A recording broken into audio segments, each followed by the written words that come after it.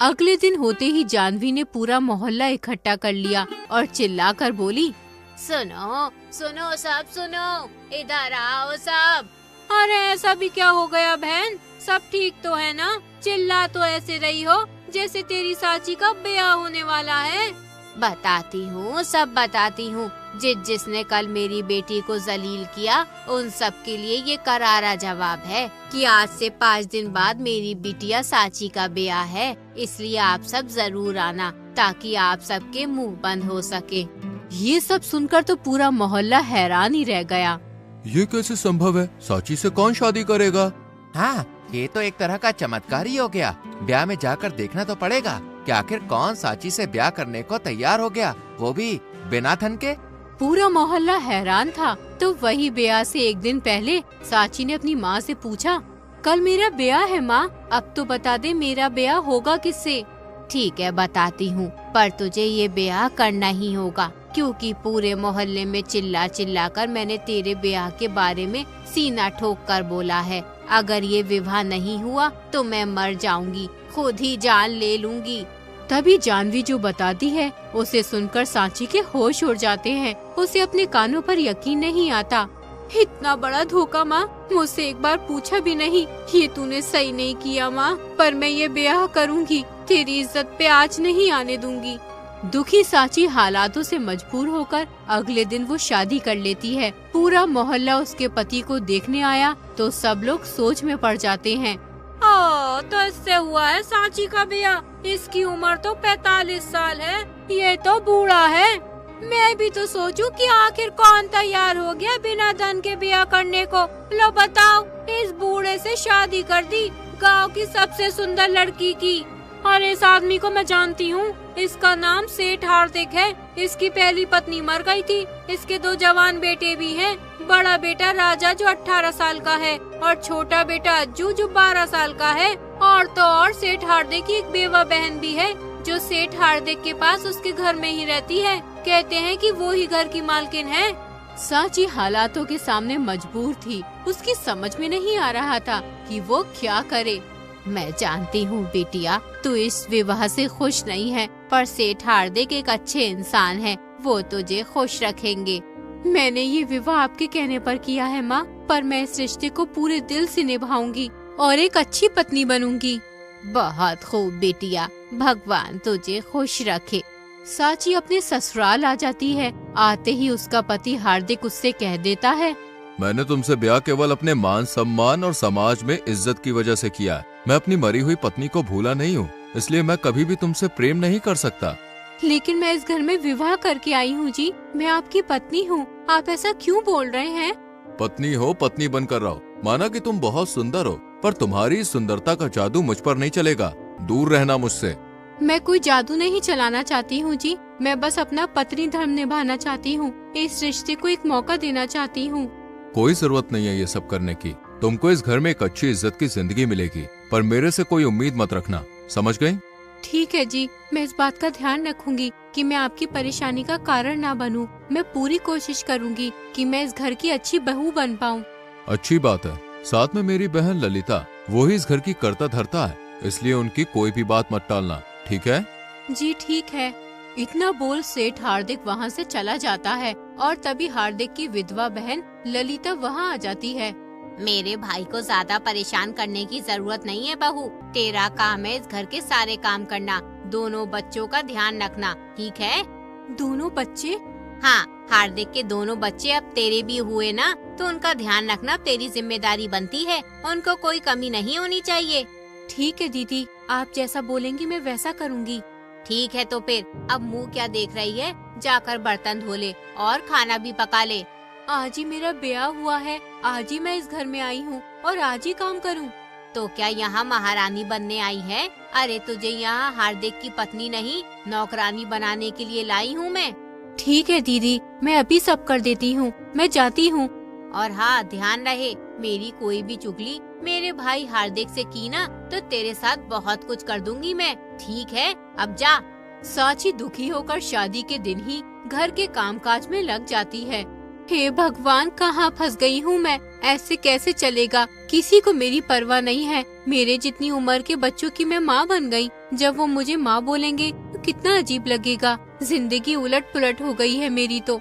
सांची को ऐसा कुर्ता देख ललिता खुश हो जाती है। तुझे हम इस घर में बहू नहीं नौकरानी बनाकर लाए हैं। मैं तेरा इस घर में जीना हराम कर दूंगी। इतना कि तू मेरे सामने सर उठाने से पहले 100 बार सोचे। ऐसे ही कुछ दिन बीत जाते हैं। हार्दिक अब सांची का थोड़ा ध्यान रखने लगा था। मैंने तुमको पत्नी का दर्जा नहीं दिया, फिर भी तुम मेरा और मेरे बच्चों का इतना ध्यान रखती हो। मैं तुम्हारा धन्यवाद करना चाहता हूँ। कैसी बात कर रहे हैं जी आप? ये घर अब मेरा भी तो है और ये सब करना तो मेरा फर्ज है। सही कह रही हो तुम एक अच्छी जिंदगी के लायक हो। बस मैं ही तुमको पत्नी का दर्जा नहीं दे सकता, इसलिए मुझे माफ कर देना। माफी मांगकर मुझे छोटा मत बनाए जी। आपने जितना भी दिया है मेरे लिए वही बहुत है। मैं उसमें बहुत खुश हूँ। आप अब जाइए, आपके जाने का समय हो गया है। ललिता ये सब देख रही थी, जिससे वो चिंता में आ जाती है। ये हार्दिक की पत्नी बनकर इस घर में आई है। हार्दिक इस पर ध्यान भी बहुत देने लगा है। कल तक तो हार्दिक इससे बोलता भी नहीं था, आज इतनी बातें भी करने लगा है। ऐसा भी क्या हो गया? ललिता चिंतित होकर सोचने लगती है। इस घर की मालकिन आज तक मैं हूँ। इस घर में सब मेरे हिसाब से होता है। तिजोरी की चाबी भी मेरे पास है। आज नहीं तो कल हार्दिक इसे अपना लेगा और घर की मालकिन ये सांची बन जाएगी। अगर ऐसा हुआ तो मैं कहीं की भी नहीं रहूंगी। मुझे कुछ करना होगा जिससे हार्दिक कभी सांची को ना अपनाए। पर क्या, कुछ तो सोचना पड़ेगा मुझे। ऐसे ही 2 दिन बीत जाते हैं। ललिता को कुछ समझ नहीं आता कि वो क्या करे। उस दिन सांची घर का काम कर रही थी, तभी उसके पति का बड़ा बेटा राजा कहता है, आप अकेले घर का सारा काम करती रहती हो, कोई आपकी मदद भी नहीं करता। आप बहुत थक जाती होंगी ना? थक तो जाती हूँ, पर इस घर की बहू हूँ मैं, तो जिम्मेदारी तो निभानी ही पड़ेगी ना। आपको पता है, जब पिताजी की शादी की बात चली थी तो मैं चिंता में आ गया था कि पता नहीं कैसी औरत हमारे घर में आएगी। पर अब मैं बेफिक्र हूँ कि आप जैसी अच्छी लड़की मेरे पिता की जिंदगी में आई, जो सबका ख्याल रखती है। ये सुनकर सांची खुश हो जाती है। अगर ऐसा है तो ये मेरे लिए बहुत ही खुशी की बात है। मैं आगे भी कोशिश करूँगी कि मैं सबका ध्यान रख सकूँ। ये तो बहुत अच्छी बात है। चलिए, मैं भी आपके काम में थोड़ी मदद कर देता हूँ। ठीक है। ललिता ने ऐसे राजा और सांची को बात करते हुए देखा तो वो खुश हो जाती है। समझ गई अब मुझे क्या करना है। मुझे हार्दिक को ये सब बताना होगा। ललिता हार्दिक के पास जाकर कहती है, मेरे भाई हार्दिक, मुझे तुझसे जरूरी बात करनी है, वरना तो अनर्थ हो जाएगा। हाँ दीदी बोलिए, सब ठीक तो है ना? आप परेशान दिख रही हैं। तेरी पत्नी सही लड़की नहीं है। वो इस घर के लिए बिल्कुल सही नहीं है। वो घर का माहौल खराब कर रही है। आप क्या कह रही हो दीदी? सांची एक अच्छी लड़की है। उसका पति होने के बावजूद मैंने उससे कोई रिश्ता नहीं रखा। उसके बाद भी उसने अपना पत्नी धर्म निभाया है, पूरे घर को संभाला है। आपकी इतनी डांट सुनने के बाद, आपके इतना परेशान करने के बाद भी वो एकदम चुप होकर सब सहती है, बच्चों का ध्यान रखती है। और क्या चाहिए? वो ही तो मैं कह रही हूँ।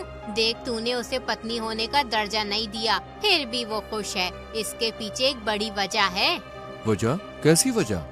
वजह ये है कि वो यहाँ तेरी वजह से नहीं रुकी, बल्कि तेरे बेटे राजा की वजह से यहाँ रुकी हुई है। राजा का और तेरी पत्नी सांची का कुछ चल रहा है। नहीं नहीं, मैं नहीं मानता। आप झूठ बोल रही हो। तुझे नहीं यकीन तो बाहर जाकर खुद ही देख। ललिता की बात मानकर हार्दिक बाहर आकर उनको देखता है। दोनों एक साथ हंस हंस के बातें कर रहे थे, जिन्हें देख हार्दिक का गुस्सा फूट जाता है। इतना बड़ा धोखा मेरे साथ नहीं, मैं ये बर्दाश्त नहीं करूंगा। इस लड़की को अपने घर से निकाल दूंगा बहुत जल्द। ये सब देखकर ललिता बहुत खुश हो जाती है। अब आया ना मजा।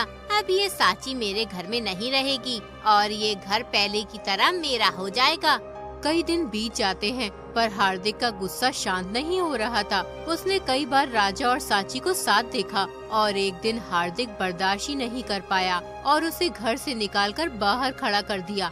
निकल जाओ मेरे घर से, तुम मुझे अपने घर में नहीं चाहिए। आप मुझे घर से क्यों निकाल रहे हैं जी? कोई देखेगा तो क्या कहेगा? कहेगा तो कहने दो। मेरे घर में रहकर मुझसे ही गद्दारी की है तुमने। अरे अगर मैं पति होने का फर्ज नहीं निभा पाया तो तुम मुझे धोखा दोगी।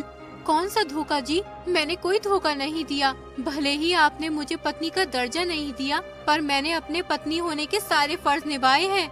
सच जानना चाहती हो ना? तो सुनो, अगर मैं पति नहीं बन पाया तो तुमने मेरे बेटे राजा को अपने प्रेम जाल में फंसा लिया। सोचा होगा मैं तो इतनी सुंदर हूँ, मेरे प्यार के जाल में फंसी जाएगा। ये सुनकर तो सांची के होश ही उड़ जाते हैं। ये आप क्या बोल रहे हो जी? भले ही राजा मेरी उम्र का है, पर रिश्ते में वो मेरा बेटा ही लगता है। उसके बारे में मैं ऐसा कुछ भी नहीं सोच सकती। झूठ मत बोलो, मैंने खुद देखा है तुम दोनों को साथ में हंसते हुए, बातें करते हुए, साथ में काम करते हुए। तुमने क्या सोचा कि तुम ये सब करती रहोगी और मुझे कुछ पता नहीं चलेगा? जाओ, निकल जाओ मेरे घर से।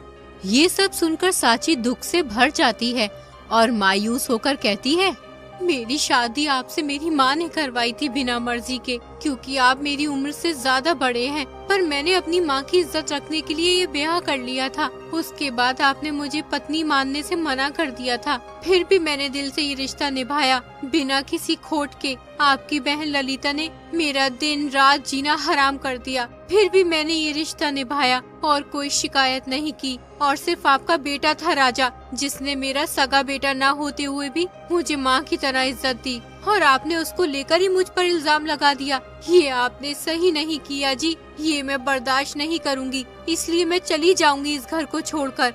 तभी राजा वहाँ आ जाता है। पिताजी, आपने इन पर शक भी कैसे किया? अरे आपके लिए इनसे अच्छा कोई और हो ही नहीं सकता। और आपने सोच भी कैसे लिया कि मैं अपनी माँ पर गंदी नजर रखूंगा? कैसे मानूं तुम दोनों की बात, और क्यों? पिताजी, मैंने सुना था बुआ को एक पड़ोसन से बात करते हुए, उन्होंने ही आपको गलत फहमी में डाला है। ये सब उन्होंने माँ को घर से निकलवाने की ये साजिश रची है। ये सब सुनकर हार्दिक सांची के सामने अपने हाथ जोड़ लेता है। मुझसे बहुत बड़ी गलती हो गई जो मैंने तुम पर शक किया। मैं समझ गया कि ये सब मेरी बहन ललिता ने किया ताकि वो इस घर में बनी रहे। अब मैं समझ गया हूँ, अपनी बहन की सारी चाल समझ गया हूँ। मुझे माफ कर दो और बस एक मौका दे दो। मैं एक अच्छा पति बनकर दिखाऊंगा और तुमको पत्नी होने का दर्जा भी दूंगा। आज से मेरे लिए तुम सबसे ऊपर हो। ये सुनकर सांची भी खुश हो जाती है। अगर आपने दिल से माफी मांगी है तो मैं आपको ये मौका जरूर दूंगी। मैंने आपको माफ किया। उसके बाद सांची और हार्दिक एक प्यार भरी सुखद जिंदगी बिताने लगे। अब सांची की जिंदगी भी सुकून से भर गई थी।